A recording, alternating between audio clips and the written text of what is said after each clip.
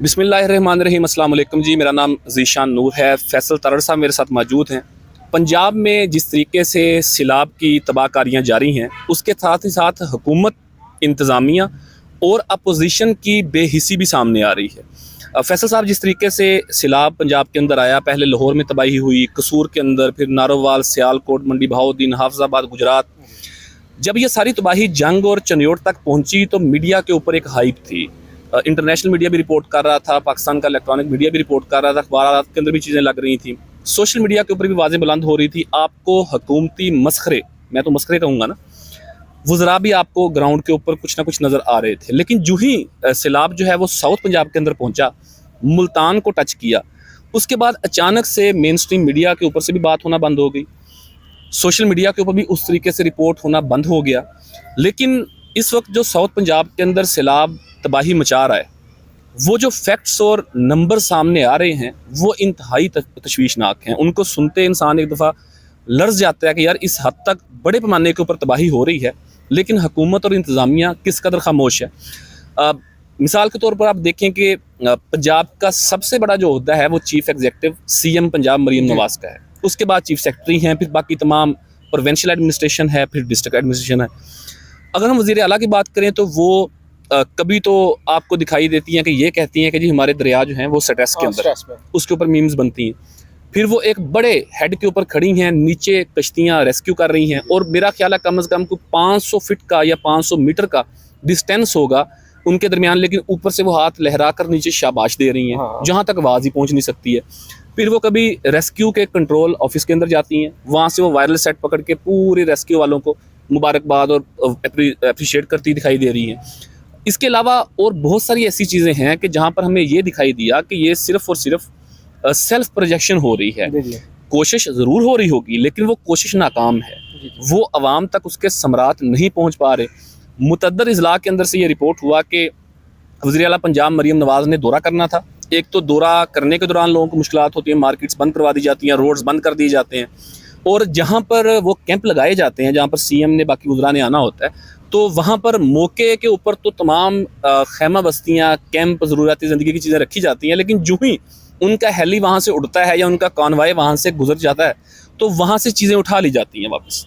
ये सूरत हाल भी हमें नज़र आई। इसके अलावा डिस्ट्रिक्ट एडमिनिस्ट्रेशन में आपने बेहिसी देखी कि कैसे जो डिस्ट्रिक्ट डिप्टी कमिश्नर्स हैं या असिस्टेंट कमिश्नर्स हैं, बहुत सारे टिकटॉकर्स सामने आ रहे हैं।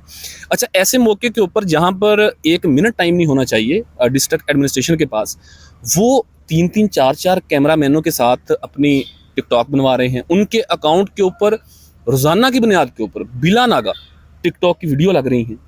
सो ये सूरत हाल जो है, इसके ऊपर मैं आपका ये कमेंट लेना चाहता हूँ कि हुकूमत की ये बेहिसी बिल आखिर है क्यों, और अपोजिशन की जो इसके अंदर नाकामी है कि पिछले 15 दिन के अंदर पाकिस्तान तहरीक इंसाफ उस तरीके से नैरेटिव बिल्ड नहीं कर सकी, उस तरीके से हक़ाइक़ नहीं दिखा सकी। हुकूमत और अपोजिशन दोनों की जो इस मुश्किल वक्त के अंदर अवाम से दूरी नज़र आई है और इनकी जो नाअहली है, उसकी वजह क्या है?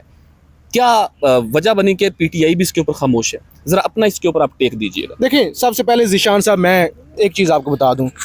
जब सैलाब आया ना सियालकोट के अंदर, सियालकोट में आया, उसके बाद वज़ीराबाद के अंदर आया, गुजरात के अंदर आया, वो मंडी बहाउद्दीन और ये जो एरिया था पूरा सेंट्रल पंजाब का था।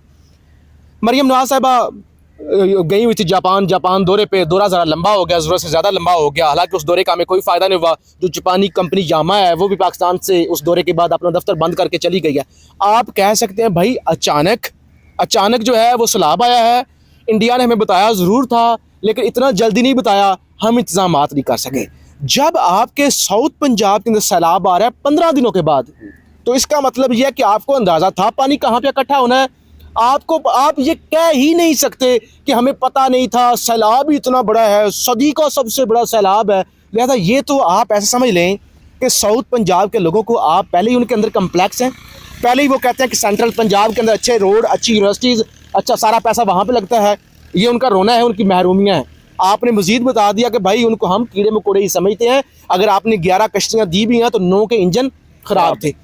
दूसरे नंबर पे इस सारी सूरत हाल में जो हुकूमत ने सीखा है, देखें ना, लर्निंग भी तो होती है ना ज़ीशान साहब। हम भी ये वीलॉग कर रहे हैं, हो सकता है हम अगला वीलॉग करें तो हम लर्न करें कुछ। हुकूमत ने लर्न ये किया है, ख़ासतौर पंजाब की हुकूमत ने, कि यार हमारे पास थोड़े अच्छे कैमरे होने चाहिए थे। काश यार हमारे पास किसी अच्छी DJI कंपनी का अच्छा ड्रोन होता ना, उससे जो शॉट बनना था कमाल हो जाना था। और एंगलिंग और सर प्रोडक्शन, पोस्ट प्रोडक्शन, ये बड़ी सख्त जो है ना वो पंजाब काबीना के अंदर ये चीज़ें डिस्कस की गई होंगी। अच्छे माइक होना बड़े ज़रूरी हैं, तो ये अच्छा माइक, अच्छे एंगल, ये इस चीज़ का एहसास ज़रूर हुआ है। अच्छा छोड़ देना हुकूमत को, हुकूमत ने यही करना है। ब्यूरोक्रेसी भी उसी तरह की ज़बान चलती है ना, ब्यूरोक्रेसी। देखे ना वो टिकटॉक के बना रहे हैं, डुबियाँ मार रहे हैं, लोग डूब रहे हैं इस मुल्क के अंदर। मैंने पहले ही कहा था अपने वीलॉग्स के अंदर, बार बार कहा था कि ऐ लोगों अपने आप को खुद बचाओ, किसी की उम्मीद पर मत रहो। ये आपको चावलों की प्लेट दे के 25,000 दफ़ा बेशर्म लोग कहेंगे बोटी थी। जैसे दुनिया के अंदर अभी ये कोई मन्नो सलवा है और बनी इसराइल की आप कौम है, अभी पहली दफ़ा ये मन्नो सलवा आया है और आपसे तस्दीक हो रही है कि भाई आपने मन्नो सलवा चख लिया है। सर उसको छोड़ दें। अपोजिशन यानी PTI आपको कोई काम ही नहीं है। आपका चेयरमैन जेल के अंदर पड़ा हुआ है, शदीद गर्मी के अंदर पड़ा हुआ है, आपको दुनिया जहां का कोई काम नहीं था। आपके पास इतनी बड़ी अपॉर्चुनिटी हो गई, आप प्रेस कॉन्फ्रेंस करते, आप सड़कों पर निकलते, आप शलवारें ऊपर करते, आप कहते ये देखो पानी, ये देखो कश्ती खराब, ये देखो। आप ऐसी अपोजिशन करते और PTI तो हुकूमत के लिए है ही नहीं। PTI के बारे में कहा जाता है ये अपोजिशन की जमात है, आप तुन के रख देते। वो यहाँ मैंने कल भी वीलॉग किया था ज़ीशान साहब, इस्लामाबाद हाई कोर्ट के अंदर इमरान खान के 2 केसेस थे, 4 से ज़्यादा रहनुमा यहाँ नहीं आ सके, तो उन्हें सैलाब के लिए क्या जाना था। तो बेशर्मी हुकूमत की अपनी जगह पे, लेकिन जो कैदी नंबर 804 के खिलाड़ियों की, रहनुमाओं की जो वोट जिन्होंने लिए हैं, जो उनकी बेशर्मी है ना, वो मरियम नवाज के सामने कुछ भी नहीं है। वो उससे एक हाथ आगे जाते हुए दिखाई दे रहे हैं। और नाजरीन, साउथ पंजाब के अंदर ना अगर हम मुजफ्फरगढ़ ज़िले की बात करें, वहाँ पर तबाही सबसे ज़्यादा हुई है। जलालपुर, पीरवाला, अलीपुर मुकम्मल तौर के ऊपर डूब गए हैं। इतलात इस तरह की भी सामने आई हैं जो क्रॉस चेक की हैं, हम इस नतीजा पर पहुँचे हैं कि वहाँ पर कुछ ऐसे ताकतवर लोगों की ज़मीनें हैं कि जिनकी तरफ बांध नहीं तोड़े गए। हाँ।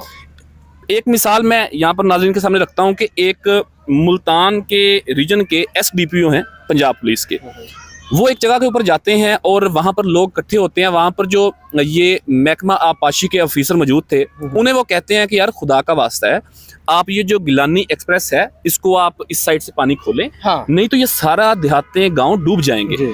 अच्छा, उसके ऊपर उन्होंने लोगों से भी तरला किया कि यार आप भी इसके ऊपर आवाज़ बुलंद करें, अपने ये जो आपके लोकल लीडरशिप है, चेयरमैन, MPA, MNAs, इनके आप आगे जाके हाथ जोड़ें कि आपको ये डूबने से बचा लें और ये जो प्लान कर रहे हैं ठीक नहीं है। उससे अगले दिन वो एक लेटर लिखते हैं, क्योंकि जो SDPO होता है वो सर्कल का डिप्टी होता है। हाँ। उसने लेटर लिखा अपने DPO को, CPO को लिखा, साथ उसने डिप्टी कमिश्नर को और कमिश्नर को भी लेटर लिख दिया कि जी ये जो प्लानिंग है ये फेल हो जाएगी, मैं यहाँ का लोकल हूँ, मैं इंतजाम देख रहा हूँ, आप यहाँ से इस तरीके से बंद खोलें अगर आपने तबाही से लोगों को बचाना है। फैसल साहब बदकिस्मती देखे इस मुल्क की, उसको सस्पेंड कर दिया। जी। उसकी सस्पेंशन का मैंने उसकी वीडियो भी देखी है, उसने मौके पे जाके वो दिखाया भी है कि यहाँ से तोड़े, हाँ यहाँ से तोड़े नुकसान कम होगा, बजाय उसके साथ बात करने के, उसकी इनपुट लेने के, उसकी बात पर अमल करने के, उसको सस्पेंड कर दिया। अच्छा, दूसरी तरफ मुजफ्फरगढ़ के डिप्टी कमिश्नर हैं, लेकिन मैं आपको यहाँ पे टोकूंगा, उसका तरीका कार गलत है ना ज़ीशान साहब।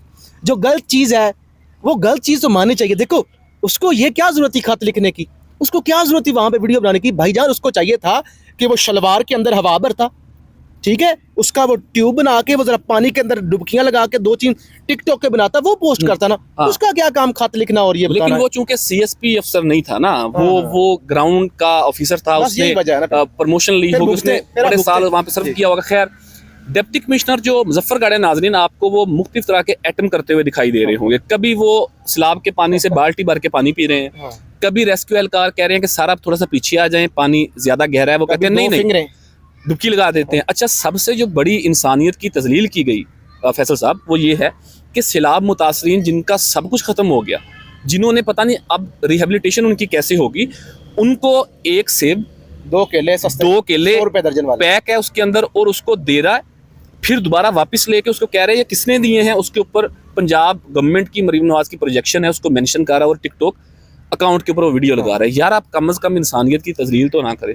लोगों का तो सब कुछ खत्म हो गया, आप अभी तो आप रेस्क्यू के अमल के अंदर हैं। फैसल साहब ये बात बड़ी अहम है कि अभी पंजाब गवर्नमेंट रेस्क्यू के अमल में मसरूफ है, अभी रिलीफ होना है, फिर रिहेबिलिटेशन होनी है, अभी तो असेस होगा।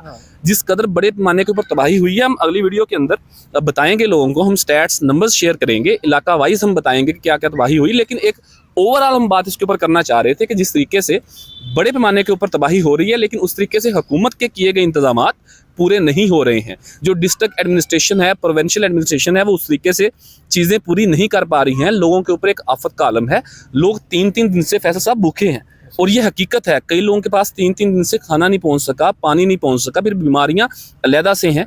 और मैं खुसूसन यहाँ पर एक दफ़ा फिर रिपीट करना चाहूँगा कि मुल्तान, जलालपुर, पीरवाला, बहावलपुर के साथ साथ यानी कि बहावल नगर से शुरू होकर ऑनवर्ड रहीम यार खां तक जो दरियाए सतलुज का बेल्ट है, वहाँ पर शदीद तबाही है।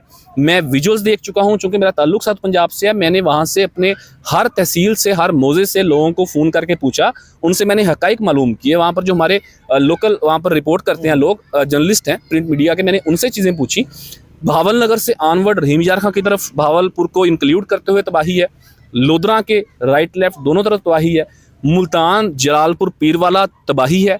अलीपुर पूरा डूब चुका है। इनके पास कोई प्लान नहीं है, कभी को बंद खोल देते हैं, कभी को जोड़ देते हैं। सो ये सारी जो सूरत हाल है, और उसके ऊपर जो हुकूमती हलकों में, अच्छा एक बात यहाँ पर कि अभी तक कोई सेशन नहीं बुलाया गया पार्लियामेंट का। क्यों बुलाएंगे? सदर पाकिस्तान है, वो आज से ऑनवर्ड 21 तारीख तक चाइना जा रहे हैं दौरे के ऊपर, अपने बेटे को साथ लेके, बिलावल साहब को। शहबाज शरीफ साहब जो हैं वो कतर पहुंच गए हैं। क्यों जी? वो इजराइल और कतर वाला हमला, भाई ना 3 चो ना 13 चो ना गिड़का चो ना 12 चो, आपको पूछता कौन है? आपके अपने मुल्क के अंदर तबाही हो रही है और आप वहाँ चले हैं सुलह करवाने के लिए। इसी तरीके से सेशन कोई नहीं बुलाया गया। अपोजिशन का आप जिक्र कर चुके हैं कि बेहिसी में एक कदम उनसे आगे हैं। तो ये नाज़रीन तमाम तर सूरत हाल है। अल्लाह पाकिस्तान के ऊपर रहम करे। हम आपको साथ साथ रिपोर्ट भी करेंगे और कोशिश करेंगे कि आने वाले दिनों में हम साउथ पंजाब जाएं, वहाँ पर जाकर तमाम रिलीफ रिहेबिलिटेशन की चीज़ें कवर करके आपको दिखाएं भी। सो ये तमाम तर सूरत हाल है। अल्लाह पाकिस्तान की खैर फरमाए। हमें इजाज़त दीजिए, अपने कीमती फीडबैक से ज़रूर आगाह कीजिएगा। पाकिस्तान जिंदाबाद।